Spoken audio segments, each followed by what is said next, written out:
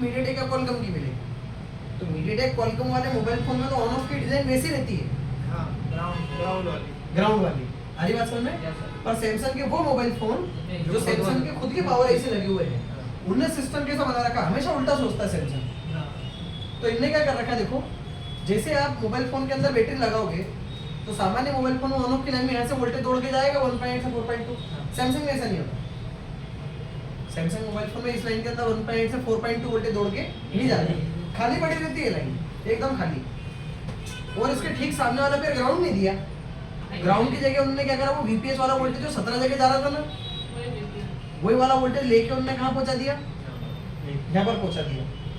अब समझ ना, इनने प्रोग्रामिंग क्या डाल रखी है भाई, उदाहरण के लिए मान लेते हैं अपन कोई सी भी बॉल है ना, मैं मान लेता हूँ D4 नंबर की बॉल है, तो इनने डाल दिया कि D4 = अगर लो रहे तो कोई बात नहीं, कोई बात नहीं। और D4 नाम की जो लाइन है वो अगर हाई हो जाए तो स्विच ऑन करना है, तो स्विच ऑन करना है। कैसे देखो, अभी फिलहाल में यहाँ वाले पिन पे कितना वोल्टेज आ रहा है, कुछ भी नहीं, कुछ भी नहीं, क्योंकि बिल्कुल जीरो है, लाइन लो है। पर जैसे आप पावर बटन दबाओगे तो आपका वीपीएस का वोल्टेज थोड़ी देर के लिए दौड़ के किधर चल जाएगा, इधर, क्योंकि जहाँ पे कुछ भी नहीं है और जहाँ पे बहुत कुछ है, जब भी इन दोनों को जोड़ोगे तो जहाँ बहुत कुछ है वो सब किस तरफ चल जाएगा, जाना ही है। कुछ नहीं भाई, ये खाली लाइन पड़ी है, पानी भरा पड़ा है, तो आप अगर इस बटन को दबाओगे तो क्या होगा, ये जो पानी है वो दौड़ के जाएगा खाली तरफ। जब खाली तरफ जाएगा, जब इसके अंदर जाएगा तो इस बॉल पर जाएगा। इस बॉल पर पहले तो कोई किसी प्रकार का वोल्टेज नहीं आ रहा था, इसलिए लाइन लो थी। जैसे आपने बटन दबाया तो बटन दबाने से वहां से कुछ वोल्टेज आया और इस पोल पे चले गया, और यहाँ पर ये जो लाइन लो पड़ी थी, अब इसके ऊपर कुछ ना कुछ वोल्टेज जो है वो आ गया। हालांकि बीच में रजिस्टर यहाँ भी लगा देते, इस लाइन में भी लगा देते, रजिस्टर से हो क्या आया, कम हो क्या आया भले, लेकिन फिर भी जहाँ कुछ भी वोल्टेज नहीं था वहां पर कुछ वोल्टेज आ गया। जैसे ये लाइन के ऊपर थोड़ा सा वोल्टेज आया तो ये लाइन अपने आप हाई हो गई, और ये समझ गई पावर ऐसी है, ये वाली लाइन में तो कभी वोल्टेज आता ही नहीं है, और इस पर वोल्टेज आया मतलब अपने को क्या करना है, स्विच ऑन करना है। तो ये क्या कर देगा, मोबाइल फोन को स्विच ऑन कर देगा, चालू कर देगा। हरी बात समझ में? तो बाकी सबने क्या कर रखा है कि ऑन ऑफ की लाइन को वोल्टेज पहले से दे रखा है, और बटन दबाने से वो ऑन ऑफ की जो लाइन है वो ग्राउंड हो जाती है, लो हो जाती है। और सैमसंग ने कर रखा है कि उसको क्या कर रखा, पहले से लो कर दिया।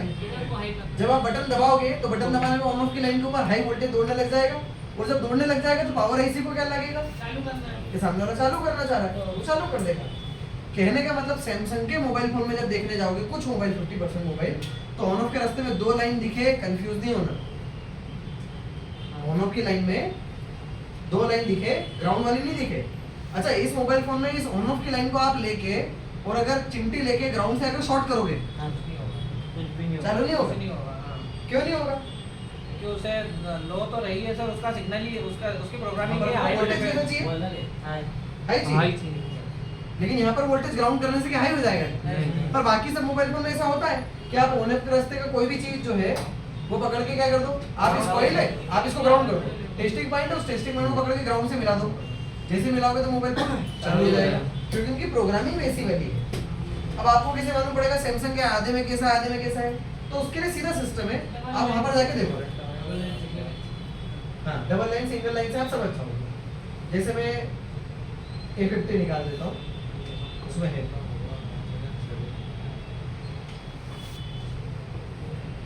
ऑन हो,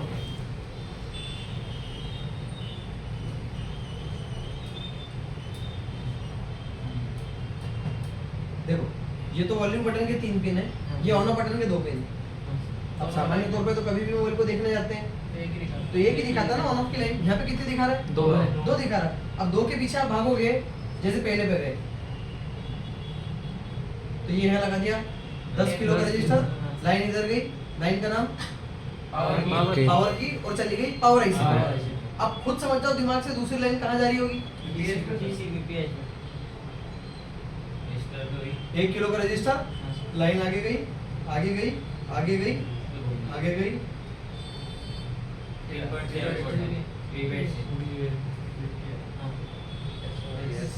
SYS ये VPH ही है ना। आप और आगे जाओगे तो कंफर्म हो जाएगा, आप खुद को कॉइल से आता हुआ दिख जाएगा, और चार्जिंग ऐसी दिख जाएगी, वोल्टेज की सबसे मेन फैक्ट्री।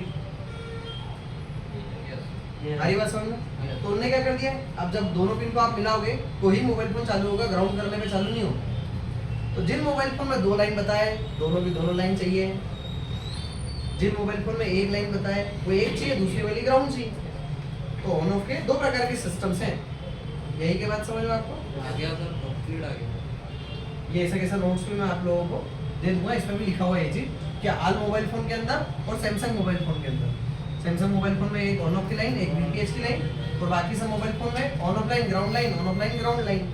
अब चूंकि नई बात मिल गई अपने को वो वाली, तो मैं एक काम करूंगा, अब आज नहीं देता हूँ इसको, मैं तीसरी बात एक को यहाँ पर क्या कर देता हूँ, ड्रॉ कर देता हूँ। उसमें कैसा है कि उसमें ये आपकी पावर आईसी, हाँ सर। इसका एक्चुअल में आप समझ गए कि जो अपन ने अभी बनाया, हाँ सर। लेकिन ये पावर आईसी, हाँ सर। ऑन ऑफ की लाइन निकली, और ये आपका बटन, बटन का दूसरा पैर ग्राउंड, ये आपका स्विच। बस कंपनी ने ऐसा कर दिया कि इस लाइन के अंदर क्या कर रखा है, एक रजिस्टर लगा दिया और इस लाइन में BTS दे दिया। ये DC to DC, मतलब इनने इस लाइन को यहाँ से क्या कर दिया, रजिस्टर लगा के डीसी टू हाई डीसी कर जोड़ दिया। दिया। और जब आप ऑन ऑफ बटन दबाओगे तो वो डाउन हो जाएगी, मोबाइल फोन चालू हो जाएगी। आ रही है बात समझ में? तो ऐसा सिस्टम इन लोगों ने इस मोबाइल फोन में कर रखा है। क्लियर हुआ? हाँ सर। तो ये पावर आईसी वाली लाइन में नहीं आ रहा ना? हाँ, वैसे पावर आईसी वाली लाइन में कोई वोल्टेज नहीं आ रहा कि अपन ने चेक करा था, लो है वो, क्योंकि पावर आईसी से यहाँ तक लाइन तो जुड़ी है, लो है। लेकिन वहां से लो है।